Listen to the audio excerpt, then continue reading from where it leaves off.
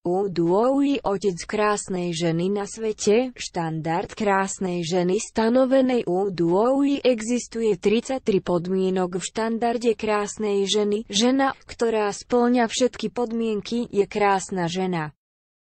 1. Výška je medzi 1,64 metrov a 1,70 metrov.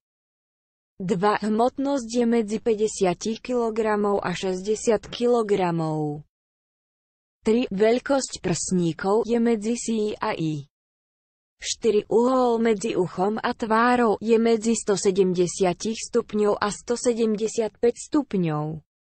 5. Uhol medzi oboma stranách brady je medzi 100 stupňov a 115 stupňov.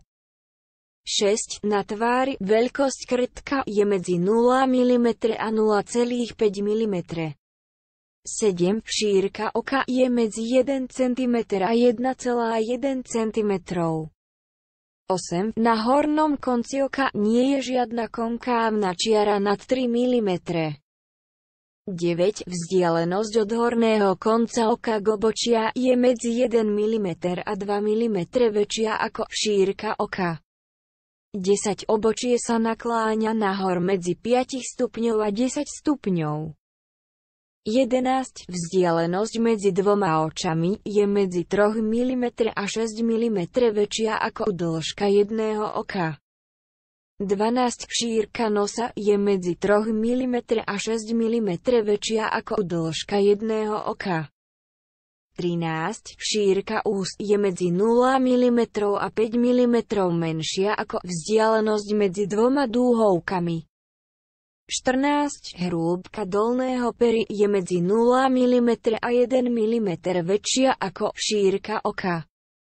15. Horná pera je medzi 1 mm a 3 mm tenšie ako dolné pery. 16. Vertikálna vzdialenosť medzi dolným koncom nosa a horným koncom horného pera je medzi 1 mm a 2 mm väčšia ako hrúbka dolného pery. 17. Vzdialenosť od dolného konca dolného pery do dolného konca brady je medzi 2 mm a 5 mm menšia ako vzdialenosť od dolného konca dolného pery do dolného konca nosa. 18. Vertikálna vzdialenosť medzi dolným koncom oka a dolným koncom nosa je medzi 0 mm a 5 mm menšia ako vertikálna vzdialenosť medzi horným koncom horného pera a dolným koncom brady.